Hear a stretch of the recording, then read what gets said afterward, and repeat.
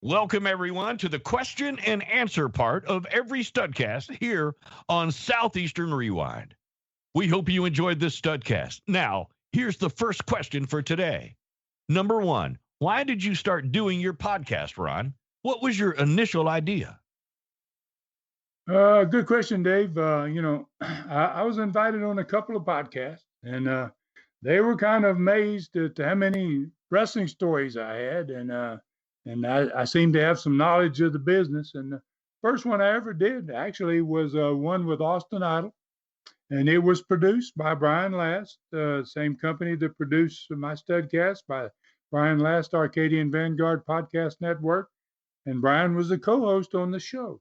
And Austin and Idol, we went back as far as the early 1970s as friends when he was wrestling as Dennis McCord, long before he became Austin Idol. So we talked about in that first one, my first generation wrestling family, Roy and Herb mostly. Then we skipped in that same podcast from the 1920s with Roy and Herb to the 1970s and some of my career with Austin Idol. And then about 20 years later, into the 1990s, and we talked a little bit about my hockey teams in Nashville and Cincinnati. And luckily, they laugh like crazy at my stories, and the fact that it was from two different sports, and it was over a period of 70 years that we were expanding here and talking about. I think Brian Last was very much into my knowledge of the sport, which he is very knowledgeable about it himself, and made sense. Also, my family background and my sense of humor. I don't know anything about Brian. I don't think he knew much about me at this point either. And he would soon be producing my podcast. So my initial idea, I think the second question was about what was my initial idea for this. And my additional idea, the first one I had, I guess, was it was a really simple idea. I wanted to highlight my family, the fact that we were the oldest and the largest wrestling family in the world, the fact that the Welch family roots were in the Deep South, and we weren't high profile like a lot of wrestling families from the major cities and the most popular parts of the country. The Welch family had really never been recognized for its contributions to the sport, and I wanted to get that fact out there. I thought it was important that we were more recognizable, and I don't think it hurt in any way that I also had some pretty great stories to tell. So in the past 4 years, with two major podcasts out there, I think my family now is finally getting paid its due. And I remember you talking about this initially before this became a thing, and we talked about a book, and the book would have been way too big. So I think you made the right decision. Question number two: who are you, the co-host, and what is the backstory on each of those, including me, I guess? So, well, yeah, absolutely. You are definitely. It all began with Tony Basilio. He was a great Italian friend of mine from years ago. Uh, we met when I was a very young wrestler in Knoxville, and I was the unknown owner of my first wrestling company, Southeastern Championship Wrestling, based out of Knoxville. And I don't think Tony even knew that I owned the company back in those days. Tony, still to this day, a very famous radio and sports personality in Eastern Tennessee. He has strong ties to the University of Tennessee in Knoxville. In fact, he's become a respected and admired member of the University of Tennessee family, and I think I can honestly say that. His radio shows, they're legendary throughout the state of Tennessee, and he is still doing them today, and a great guy. And you will also hear on every Studcast who I call you, Dave, my voice, the Studcast and Super Studcast, and you've done all the openings for the Super Studcast, openings for all the Studcast. You do the breaks in all of the Studcast. You've got a unique voice, and it's just a great great pleasure to have you on here, my man. And I really, really appreciate you doing what you do for me. A little bit about Dave here. I mean, Dave was born in the Dothan, Alabama area, and he grew up watching Southeastern, man, in that part of the country. He's extremely knowledgeable about what we do here with Studcast and Super Studcast. Got a tremendous radio background. Uh, you've accomplished so much more than I know about, Dave. I'm embarrassed, to not be able to expound more on what you've done and what you've accomplished. But wow, you do such a great job for us here, and you're an integral part of what we do. And I really appreciate having you on every show with us. You're very kind, but keep trying. Go ahead. No, I'm kidding. And actually, I was born in Jacksonville, Florida, but my mom tells me I came to Dothan, Alabama on the train at the age of 1, and she said I could not reach the box office. So evidently she bought the tickets. So, all right. So question number 3.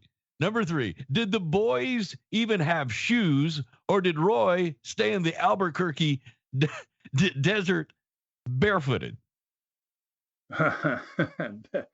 Well, you gotta have that story. I mean, that story is a remarkable one, and there's all types of different questions about that. But it's a very good question, and the answer to it's pretty hard to believe. Actually, my grandfather and his 2 brothers, they were closest to his age. There was actually 4 brothers in the original Welch clan. And the 3 of them were about the same age, and they spent most of their early lives without shoes. My granddad told me he didn't have his first pair of shoes until he was about 12 years old. So the story that I told in Studcast 1 here is definitely true. It is true that they were barefoot. And not only did they walk hundreds of miles south off the high plains in New Mexico to that warmer weather down below in the southern part of the state, they went there and back with no shoes. And in fact, they went everywhere barefooted. So, they were extremely poor, and they were sons of a half-breed Indian. So, the things were tough for those boys, very, very tough. And my grandfather told me this story when I was about 10 years old. And I couldn't imagine when he told me about it that he didn't get his first pair of shoes until he was 12. Wow. I remember almost laughing, but I was very careful not to laugh too much at Roy. Uh-huh. he wasn't the type of guy that you wanted to upset. I guess it'd be a good way of putting it. And it wasn't just shoes they were doing without. They were doing without groceries and food too, man. They were hungry a lot, and their father, named Ed Welch, he was an extremely odd character, man, and he would occasionally just leave, get on his horse and tell his wife, whose name was Bird. And the boys would be there, and they say, "Yeah, where you going? Oh, I'm going for a ride." And he'd be gone for months. Wow, months. Leave him alone for months. They'd think he's dead. Oh God, he's never coming back. He must have got killed. Whatever. They lived a really, really rugged life. And they lived in a part of the country where it was extremely rough too. Just living there was tough, and even if you lived in a nice place, and I think they lived in dugouts, which was they dug them back into the walls of the sides of a mountain. Yeah, wow. And that's and the old wood burning stove, if she had a stove at all. Wow, it was the most rugged of times, and wow, I'm surprised that any of them made it. So, and it set them up perfectly, though, that lifestyle for what they were going to do in the future. Being a wrestler was easy compared to growing up like that. Wow. So tough as nails, no doubt. Okay. Question 4. Was your great grandfather a wrestler? Was he an original, quote, take no crap Welch, or was he also a shoot fighter? Do you have any stories about him? Yeah, I do. Yes. And my great grandfather was named Ed. And I just mentioned him there a second ago. And as I said earlier, he was a half breed. He was half Indian. And my grandfather told me that Ed was very strong. I only saw Ed twice in my life, and I didn't have time to interact with him. And I was very, very young when he died. But my granddad Roy told me that Ed was a really strong guy, and that he loved to wrestle with his sons. He loved to take them down, and they would wrestle in the dirt. And you know, and he had skills. He said he could wrestle a little bit. He had no real bona fide training in the sport, but I'm sure he was quite unprepared and shocked when his three oldest sons became professional wrestlers. I mean, that had to be wow. He had to be thinking, wow, how did these guys ever get into this? So then his fourth son, named Lester, wasn't born till almost 20 years after the other three were born. So and he ended up following obviously in their same footsteps too. So my great grandfather Ed, to answer the question, he was certainly take no crap man. I mean, he could hold his own. But unlike his sons, he didn't have any shooting wrestling skills. He did not know how to, he, and you could only get that type of training from wrestlers that knew how to hurt you, man. There weren't a bunch of them, but those that did really, you were well served if you ever had an opportunity to spend some time with those guys that really knew how to do it. And and I do have one quick story about my great grandfather Ed Welch. And the family had all moved east into Tennessee at this point. Ed's older, and Ed stayed out west. He never went to the east, and finally he came to visit them in the late 1940s. And Virgil Hatfield told me this story, and he was staying with his daughter. Her name was Bon. They called her Bon, but her real name was Bonnie. And she was married to a Tennessean named Virgil Hatfield. Now, Virgil and Bon, they had three sons. They all became professional wrestlers and then in the Welch lineage. They had another four sons between the three of them that all went on to become professional wrestlers or referees. And that's part of the reason that I come from one of the oldest and largest wrestling families on the planet. What's that? Seven of them right there in this small segment called the Fields brothers of the family. So now let's get on to the story here. So Virgil had a shed out behind his house that was infested with rats, and he knew they were underneath the floorboards of the shed. So Ed was visiting, and he asked Ed, you want to go help me? I want to go out here and I'm going to kill some rats. So Virgil found a large stick, to whack the rats with, he told Ed, what we'll do is we're going to turn over his wooden boards here, and I think they'll be under these boards. And so when he got ready to start the procedure, he looked over, and Ed didn't have a stick to hit the rats with. So Virgil asked Ed. He said, do you want me to get you a stick? It says Ed wasn't much for talking. They told me, he said, no, I'll take care of it. Oh. So Virgil got ready, and he flipped the boards over, and sure enough, man, there they were, hundreds of rats, man, and they were from 6 inches to a foot long or more, man. I mean, it was just a bed of them, and one of the rats took off running toward the house for the safety of Virgil's house there.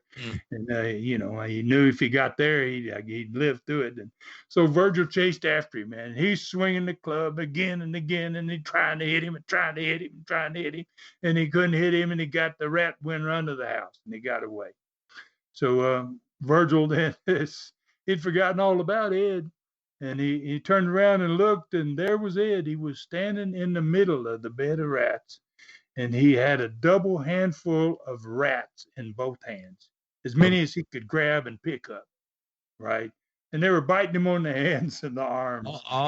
And Virgil's screaming. He's going, "Oh, try to put him down, put him down."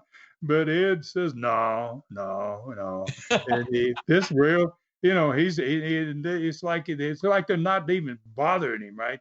And Mhm. he was very patiently, he would reach over and he'd get one rat in particular, and he'd maneuver his head in there between his thumb knuckle and the index finger, right? He'd Uh, get his head in that spot, and then he would squeeze it, and then pop the skull of the rat. that is hardcore right there. Oh, okay. All right. Oh my So God. now the picture of this, he's got two handfuls of them, and he's taking his time, and he gets the first one, and that one drops, but he's still got the tail or part of his body in his hand, so he's just hanging there now.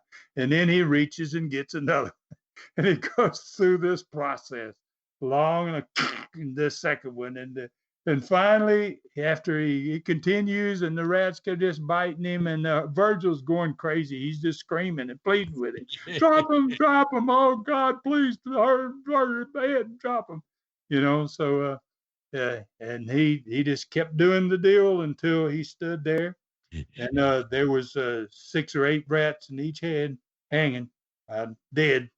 Uh, yeah. Virgil hadn't killed a one. He didn't get no rats with his stick. But Ed, boy, I guess that says a whole lot what my great grandfather was all about.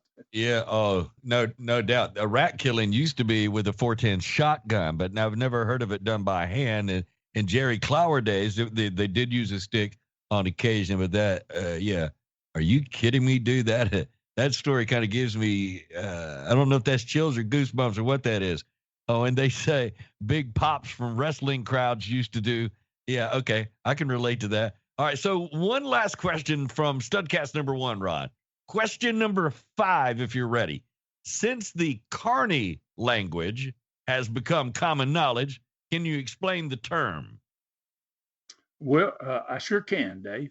As a matter of fact, my grandfather was in the carnivals, and then and he and I talked a lot about wrestling in my early days. We used to travel a lot, and he'd take me with him, and he would tell me stories.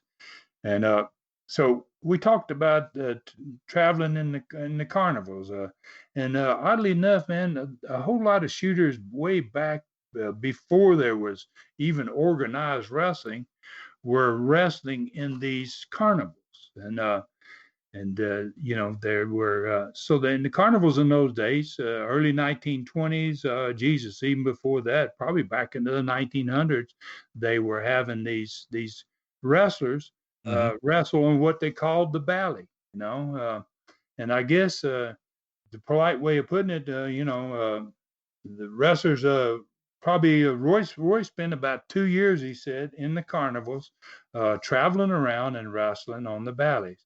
So some of the carnival games and the midways, were, a lot of people said they weren't legit. I mean, and people that were in the carnival business, they were, they were a little bit not savory characters, let's say, Yeah. some of them. Yeah. So people playing the games on the midway back in those days were referred to as marks. Mm-hmm. That was a Carny word for them, and that meant that those type of people were easy to milk their money from them, especially if you had these little crooked games going. So the carnival workers and those involved got the names of carnies. That's kind of where the name Carny came from, and from there we'll get to the other part of this answer. So since everything wasn't exactly on the up and up or legit, the carnies developed their own language so that they could speak to each other in front of the shields or the marks, Uh-huh. and that people wouldn't have any idea what they're saying to each other, right? So wrestlers working with the carnivals, like my grandfather, picked up the language because he heard it all the time, and so he learned how to speak Carny. And actually, talking Carny was kind of a big part of professional wrestling history from the early years on into as far as the 1960s. Guys would talk Carny in the dressing room sometimes if somebody came in the dressing room that they didn't know whether they were smart to what Oh was yeah. going on or not. So Yeah. Yeah. so it was kind of like a wrestling way of kayfabing fans when they were close enough to hear you, and you didn't want your words to be understood. Okay. So, all right, but give us an idea or an example of Carney talk, right? And it probably changed from carnival to wrestling talk over time. I'm assuming. Yeah, I think I don't know, they may still talk Carney in the carnivals. I don't go to many carnivals, and I haven't been in many years to a fair, Hmm. something like that. But now I'm a little rusty at this, Dave. I haven't spoken any Carney We won't judge you too harshly. in many many years. So, Okay. All right. as I said, it's been a long time since I've used it. So, no. So I'm going to say something to you in Carney, and you tell me what you think. Okay. Okay. Yezer dizo nizo is sizig wizard izam is sizay and dizzy do you. Snoop Doggy Dog something. That's all I got out of that. That's all I know. All right. So The shizzle basically, and the I hizzle. said. So Yeah, I don't basically, know. I said you don't know a single word I'm saying to you. Absolutely not. Not one. No. So, No. that's kind of what went down, man. Back in the day, and Carney language, it was a part of the sport for many many years. I think it's all gone at this point. I doubt anybody does any Carney talking much, except for some old timers like myself. Wow. All right. Well, that's it for the first question and answer show for Studcast number 1. In the beginning is the title, about Ron's grandfather, Roy Welch, the founding father of the Welch family dynasty. Please make your comments after each Studcast and leave your questions as soon as possible after listening, so that Ron may have the opportunity to get an answer for them. We invite you to keep writing these historic Studcast. Thanks again for your support of Southeastern Rewind.